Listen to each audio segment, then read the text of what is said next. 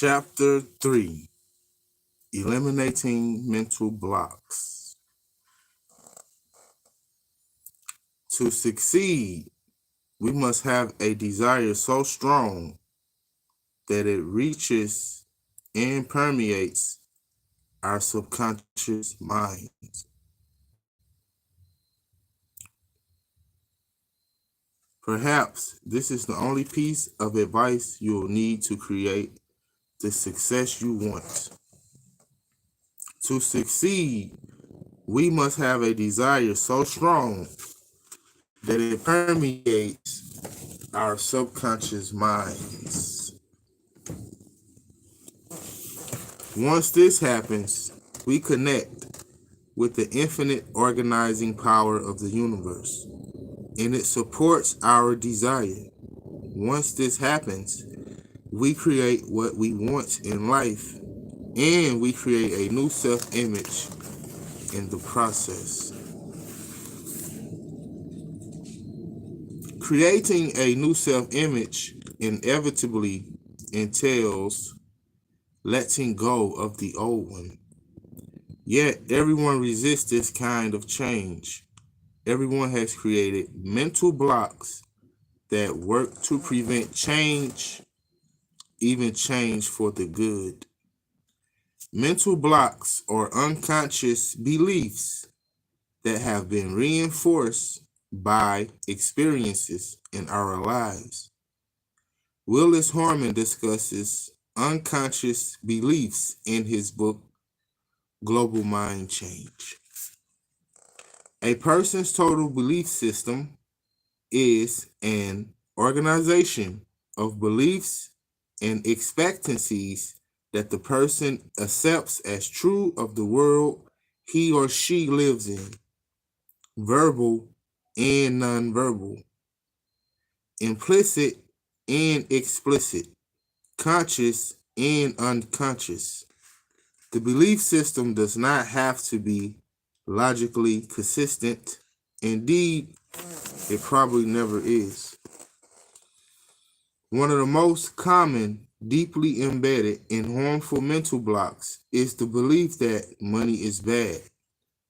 This can often be traced to the Judeo-Christian Bible passage, "Money is the root of all evil." Actually, the entire passage reads, "The love of money is the root of all evil." Certainly, the love of money can promote greed and selfishness. The danger lies in becoming a slave to money. It is an excellent servant, but a cunning and powerful master. It can be seductive, drawing all one's time and energy into its acquisition. How many people y'all know like that? Are you like that? Do you give all your time and energy to money? Do you ever sit down and breathe? It's important to keep this in mind as you begin to make more money, as you inevitably will if you continue reading books like this one and absorbing these principles of wealth, consciously and subconsciously. If we're honest with ourselves, we intuitively know whether our relationship with money is positive or not. Be honest with yourself, my friend. Money is badly maligned in many areas of our society, and some of the reasons are justified. But performing our service effectively and being well rewarded for it can be very positive for ourselves and our world. Create a positive view of money. Money can be a powerful agent of good in the world. Through our work, we can create ideas, innovative products, jobs, beautiful works of art, educational tools, and so on, endlessly. And those who truly understand real success give back to their communities in their world through philanthropy and many other forms of financial and visionary support. There are literally millions of wealthy people who are the opposite of the unscrupulous, mean-spirited money grubber who seeks materialism for its own sake, for greedy acquisition and consumption. It's no coincidence that the richest countries in the world have also the highest achievements in culture and science. Money affords us the time and resources to pursue desires beyond basic human needs, to create things that are as important as survival itself. Money is simply a recognition of services rendered. Most people who become wealthy have provided services to many people and have been justly rewarded for them. Walt Disney brightened the lives of many children and adults as well. The list of contributions made by the wealthy is endless, for money is power. Power to do a great deal of good in the world. Henry Ford was once asked what he would do if he lost his entire fortune. Without a moment's hesitation, he said he would think up another fundamental human need and meet it by offering a cheaper and more efficient service than anybody else. He said that he would be a millionaire again within 5 years. Many people have an aversion to money. This aversion is often hypocritical. People malign the rich but secretly envy them. Once you begin to understand some of the principles in this book and begin providing the kind of services to humanity that will make you substantial amounts of money, your attitude toward the rich will change completely because you will become one of them and you will be able to do a lot of good for a lot of people with your wealth. Another prevalent mental block is the fear of going against family and upbringing. Outdoing one's parent, for example. Not everyone suffers from this, of course. We have already seen that poverty can be a strong catalyst for success, but in many cases, poverty is a form of neurotic behavior, a mental rut that goes nowhere, the reflection of an impoverished self-image. Mental blocks around the issue of making money come disguised in a great variety of forms that we need to examine as we reorganize them in ourselves. It's important to integrate a positive view of money and success into your new self-image. Be vigilant and honest with yourself. Identify your mental blocks and release them. Identify your limiting beliefs and change them. Replace them with more positive, powerful thoughts. Both poverty and riches are the offspring of thought. There are no limitations to the mind. This is a very powerful truth, one that bears repeating. There are no limitations to the mind except those we accept. Once we understand this as a truth, we can become successful and shape our present and future life to match our aspirations. When we apply this truth to our lives, our circumstances become whatever we desire. Our lives become whatever we want them to be. If you steer your thoughts in a positive, expansive direction, you will become as powerful as you can imagine. Every day, make sure that you devote some time to reprogramming yourself, to creative visualization, guided imagery, Daydreaming. Many people are paid extraordinary salaries to daydream. One most lucrative thoughts, our most lucrative thoughts can come through daydreaming, free rambling fantasy, and brainstorming future possibilities. Daydreams are often maligned by down to earth people who say that we have to look alike squarely in the face and accept our fate, even if it leaves a lot to be desired. Yet these resigned and unhappy individuals forget that there are two types of dreamers: those who make no attempt to turn their dreams into reality, and those who understand and believe in the creative power of the subconscious. These are the dreamers who take concrete measures to fulfill their dreams. These are the dreamers who shape our world and who create wealth for themselves and others in the process. In the seven spiritual laws of success, Deepak Chopra says, inherent in every intention and desire is the mechanics for its fulfillment. Intention and desire is the field of pure potentiality, have organizing power. Intention and desire in the field of pure potentiality have infinite organizing power. And when we introduce an intention into the fertile ground of pure potentiality, we put this infinite organizing power to work for us. Let's examine what Chopra is saying.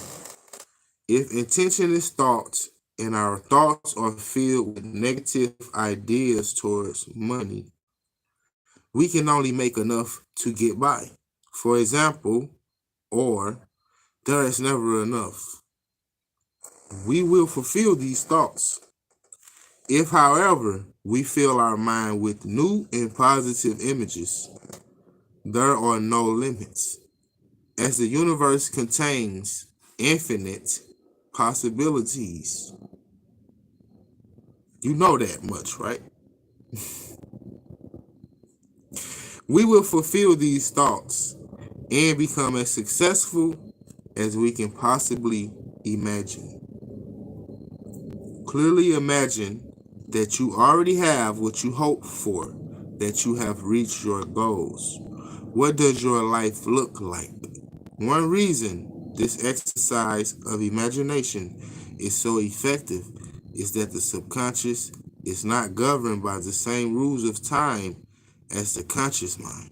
In fact, time doesn't exist in the subconscious mind or in our dreams, which are the subconscious mind's most easily recognizable byproduct. And y'all know the dream stuff because when you be in a dream, it be seem like days and weeks and months would go by. You was only asleep for about 2 or 3 hours. You just took a little nap. It seemed like you went on a whole journey. This is why trauma experienced in early childhood can affect people long after they are adults. That's another reason to forgive people and be compassionate, because things happen to us as we came into this earth, into this physical form, that, as you can see, we were programmed. That's not an excuse once you become an adult. But the point is, everybody's not aware of this type of information. So since you are, you understand, okay, I get it. I'm not saying, give people passes and let people do things, crazy things. I'm just saying you get it. Like, I see why you act like, I understand why you act like this. So I don't hate you. I still have love for you because I understand why you this way, and you can change. Just like I change, anybody else can change. Just like I am changing, anybody else can grow. So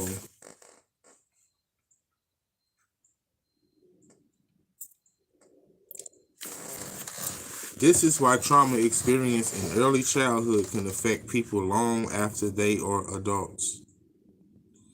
Rational minds understand that they no longer have to worry about the past, but the subconscious may not recognize the difference.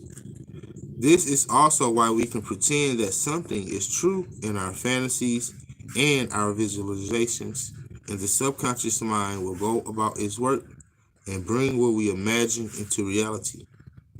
Whether the things we imagine are our fears or our ardent dreams for the very best. That's why another reason why you gotta face your fears and overcome your fears, so you can stop manifesting that stuff, so you can stop creating that stuff and putting it into your reality. You know what I'm saying? Our thoughts materialize. All of our thoughts tend to materialize in our lives when they are repeated enough. So the repetition as well. So you don't have to be so worried about, damn, I'm having bad thoughts. Like, it's okay. Just, as long as it's not something you do every day, it's something that's constantly on loop. You just always thinking about this one certain thing, or you always feeling this one certain thing. You're gonna manifest that, whether it's a good thing or a bad thing. So it's the same process. If you've been manifesting crazy stuff all your life, just examine, take responsibility, take accountability, examine yourself and say, when this was happening to me, when this thing happened to me, when this person did this to me, when this person said that to me, what was I thinking? What was I thinking on a daily basis? What was I thinking routinely? How was I feeling on a daily basis? How was I feeling routinely? Start asking yourself that question, and you're going to get the answer. You're going to be like, oh, and you can do the same process to manifest good things. Think about good things, feel good things, feel good. And you don't have to fake it. You know what I'm saying? Because, spiritual teachers say, oh, you just have to feel good and just be in alignment. What they're really saying is, you don't have to fake it. Learn how to feel good. Just like you learn how to do everything else, learn how to feel good. All of our thoughts tend to materialize in our lives when they are repeated enough. This is why, in order to succeed, we have to monitor our thoughts closely. If we continually focus on financial troubles, we invite them to stay. Whatever you focus your attention, wherever you put your energy, that is what you will grow. If you focus on the good that you want, you will become abundance, prosperity, and success. If you focus on how little money you bring home every month, you will continue to express frustration and need. See, because you keep thinking about that. You keep thinking about, man, these people ain't paying me enough. Every day, all the time. You keep feeling that same feeling. So it just keep happening to you. You keep not getting paid enough. So what you want to do is you can do it the practical way, the Virgo way, or you can do it the Pisces way, the creative, imaginative way. Meaning that if you do it the Virgo way, you can get another job and get paid more money, and maybe that'll help you feel better. But you still have to understand that you have to feel good even if you had no job. Right? So you can do that. You can be like, I'm gonna give me another job. These people pay a few more dollars. I'm cool with that. I can do this until I can get to the next step. Or you can do it the Pisces way, and you just stay at your job and just have fun, feel good, enjoy life. Don't worry about the money. Whatever you get, that's what you get. But you're not worried about the money. You grateful for the things that you do have, because that money that you make from your job has helped you get things. Even though you may feel like, man, these people, it has helped you get things. So be grateful for that. Boom. So, however, if you focus on putting even a small amount away, just $10 a week in a savings account, for example, and imagine the account growing, you will begin to create abundance in your life because your focus will shift from lack of to growth.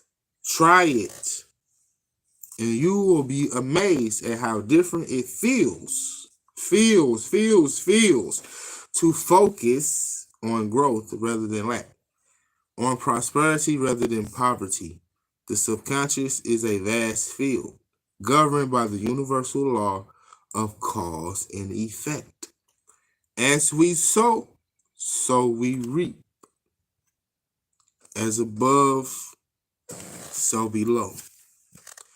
Most people have more thoughts and ideas or the cause. Facts and events or the effect. Thoughts and ideas are the cause. Facts and events or the effect. So when somebody built the car, they thought about it first. It was an idea first before the car even existed. And then it's like, okay, somehow we can do this and do this, and boom. There it is. Thoughts and ideas are the cause, facts and events or the effect. Or they could have just thought, because see, some people try to say, oh man, them just thoughts, that's just thought.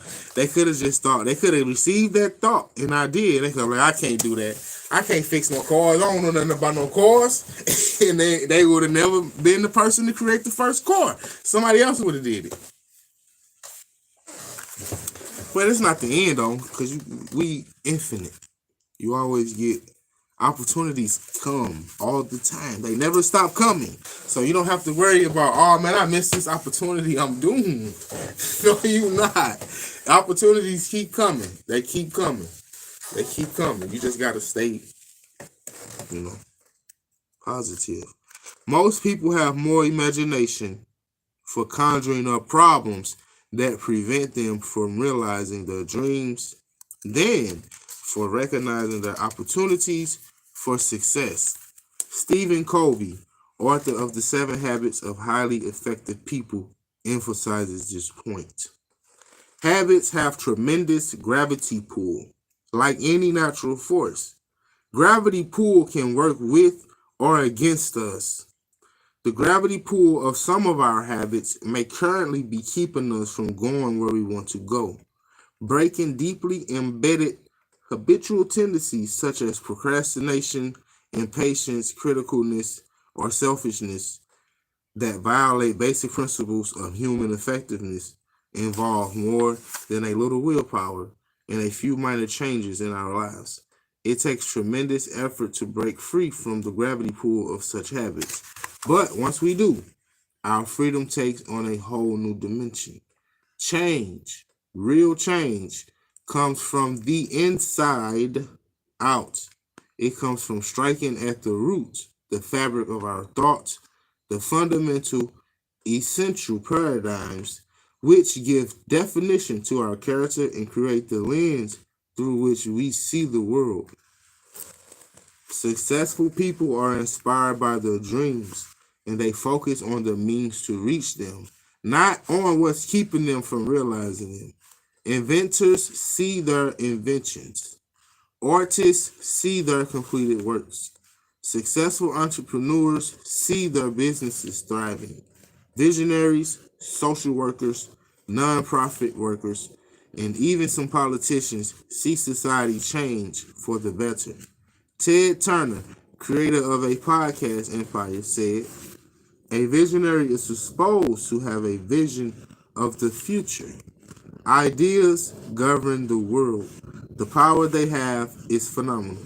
It is therefore necessary to repeatedly fill our minds with thoughts of service, abundance, and success. To break free of the gravity pull of our negative thoughts. Eventually, we replace the old negative thoughts with a new positive self-image. Each thought has energy and, through some mysterious law of attraction, draws objects, beings, people, and circumstances of a similar nature to it, like a magnet. Negative thoughts attract negative experience. Positive thoughts attract positive experience. Now examine yourself, my friend. What's been going on in your life? What's been going on in your life? Because that's what's going to show you what's going on in your head and in your heart. See? So when people do stuff to you, don't take it personal. Be like, damn, what am I thinking about? What am I feeling to make this person want to come at me like that? That's what you do. You don't have to be like, oh, you got me. You know what I'm saying? Now you want to fight. Now you mad. You go, called your friend. Such and such and such and such. Got me messed up. Like, you ain't got to do all that. Just say, defend yourself. I'm not saying, you know what I'm talking about. I'm just saying, it's not... We ain't got to take it that far. It ain't that serious. See what I'm saying? We ain't got to fight people and get out of character. Just say, all right, let the situation diffuse, and then ask yourself, all right, what have I been thinking about? What have I been feeling lately? Relationships is a great example. Like, if you're in a relationship with somebody and they keep cheating on you, right? You got to ask yourself, what am I thinking about? What am I feeling? I ain't saying stay with this person now. I'm not saying, oh, I'm going to just stay with them and imagine they ain't cheating on me. No. I'm saying, do what you got to do. Whatever you got to do. Get mad, angry, sad, fight, bust the window out, cuss everybody out, smack the mama, the grandma, the daddy, all that. Then, after you're done, when you calm down, say, what am I thinking about? What am I feeling to make this keep happening to me? Every time I get with somebody, they want to cheat on me. And you're going to figure it out. I promise you're going to figure it out. Because you got the power of God in you. You have the power of God in you. We all do. Unfortunately, this truth is not always supported by society. So don't go running around telling people that you God and you imagine everything. Because they going to be looking at you like, just do your thing. You know what I'm saying? Chill out, do your thing, and just keep growing and growing and growing. And people going to be curious. They're going to say, why are you so happy? Why are you always calm? You used to be fighting people all the time. Now you just be chilling. What's going on with you? And then you just let, you can talk to, who you can talk to and who you can't. And then it's people like you out here. We feel alone. We be feeling like we lonely. We not lonely. We just be isolating ourselves. You know why? Because we thinking negative. We think we got to protect ourselves from somebody or something. You don't. You ain't got to protect. Ain't nothing to protect yourself from but your own self. Your own thoughts and your own feelings. That's the only thing that you need to be worried about in this world. In this reality. That's it. Your own thoughts and your own feelings. You don't have any enemies. So when people say, I'm an introvert, that's fine. But that don't mean you got to go in the room and close the door and lock it and turn the lights off on Thanksgiving while everybody in the other room watching TV. Unless it's just that bad, then I get it. But you don't have to do that because it's nothing to fear. Just work on yourself. Whatever it is. Shy, you lack confidence, you whatever it is. I can say all kind of stuff, but unfortunately, this truth is not always supported by society.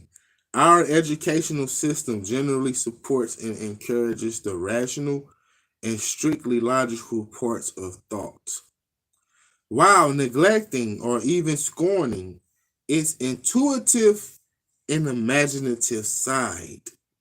The right side of the brain is too often ignored. That's true. And that's that feminine energy too. You know what I'm saying? You see how my hand did like that? That's that feminine energy. So, boom. I'm not talking about men and women. I'm talking about energy, essence, the non-physical, the unseen. Because you don't see what you're thinking. I can't see what you're thinking. You can't see what I'm thinking. But I'm thinking something. You can't see it. the unseen. And yet, nothing great has ever been achieved without an original dream. A dream is a kind of projection of our inner selves. What, in fact, is a projection or a project or a project? By definition, it's something that we throw forward. We project even our own self-images, and this projection in turn programs our mind to create success or failure depending on the quality of the projection. The greater we program our self-images to be, the more expansive our dreams will be. And our dreams, however bold, are often more easily attainable than we might even believe at the time that we formed them. Steven Spielberg once dreamed of making a certain film. He had the script, but he needed a producer to finance it. He had the bread, he had the cheese, but he had the script. He's like, I got the whole album right here. I just need the money. Right? One day, while walking on the beach, he accidentally met a rich man who was ready to invest in young filmmakers. I like how they say it accidentally, because, you know, I'm a Hermetic. I like the Hermetic principles. And there is no such thing as coincidence. With the money Spielberg received from this producer, a total stranger to him at the time, a total stranger. And that's first. See, people, I ain't gonna take that money from that man. Don't take that money from people. You blew it. That was your chance. Now you gotta do it again.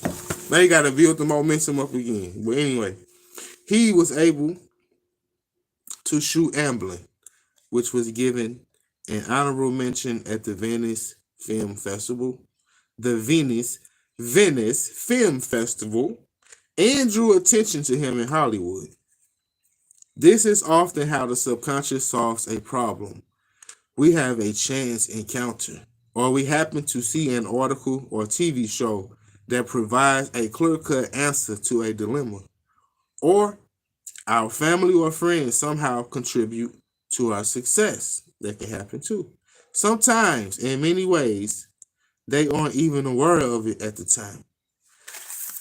When others point to fate or to difficult circumstances, believing we need to be resigned to our fate, we point out that the world is governed mentally and physically by cause and effect. And so we create our fate. It's the result of our thoughts and actions. And even this is spiritual. Even this is spiritual. All this is. Because there's energy in here doing this. Making me smile, my eyebrows move and stuff. That's energy. Put my leg up. See, you see the body moving, but what you think is making the body move? It's the energy inside the body. Where was I at? The same is true for good.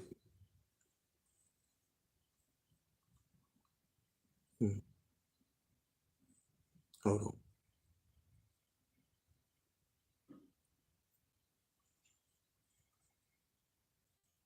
We point out that the world is governed mentally and physically by cause and effect, and so we create our fate. It's the result of our thoughts and actions. The same is true for good and bad luck. They are consequences of our thoughts and actions. We literally make our own good and bad luck. This is why people who correctly learn and apply the laws of the mind and success forge their own destiny. The supreme secret of success is a secret, not because anyone is trying to keep it a secret, but only because so few understand it. This secret can be told in a few simple words, and success will come to you when you truly understand these words. The human mind can accomplish whatever it believes in. Henry Ford summed it up very well in his now famous quote. Whatever you think you can, whether you think you can or you think you can't, you are right. Summary and recommended action. To integrate a positive view of money and success in your life.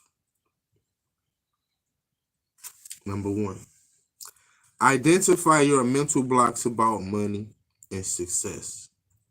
Explore your relationship with money. Is it positive or negative? As you become aware of your thoughts in relation to money, write them down. Take a look at why you might have particular thoughts or beliefs. Then release any old ways of thinking that aren't supportive of your greatest dreams. Number 2, monitor your thoughts closely and daily.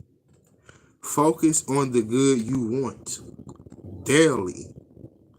Welcome abundance, prosperity, and success in your life. Perhaps you will want to open a bank account and start by putting a small amount each week into it. Whenever your thoughts are focused on how little you have, make a conscious effort to think about your new account and its inevitable growth over the years as you continue to add to it. You will start to feel the difference between focusing on growth and abundance and focusing on lack. Eventually, your focus will shift without conscious effort. All your thoughts will be shifted this way. Number 3, reprogram your thoughts. Do some of the exercises in this book. Every day, make sure that you devote some time to reprogramming yourself. To create a visualization, guided imagery, and daydreaming. In a relaxed state, fill your mind with new and positive images. Fantasize that you have already achieved the greatest success you can imagine. Visualize and feel what it's like to already have reached your goals. Do so repeatedly, day after day, week after week. You will soon see some exciting changes happening in your life. And it's, day after day, week after week, right? Because it's still going to be things happening. You know what I'm saying? It's still going to be people coming around. You still going to be having emotions. You still might get upset every now and then. You still might get angry every now and then or whatever. But you still just keep at it, though. Just keep at it. You know what I'm saying? And meditate. Make sure you're getting your meditation on.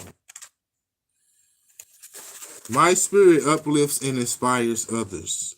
I am now so very healthy as my spirit has inspired me to work out. I feel better and better and healthier every single day. I always take right divine action. All in my life is in right divine order. I love my life. I love the divine more and more in every moment. I love to meditate every day. My faith is strong. I feel compassion. I feel divine peace and joy. I am persistent. I am so healthy. I am now at my perfect weight, looking good and feeling great.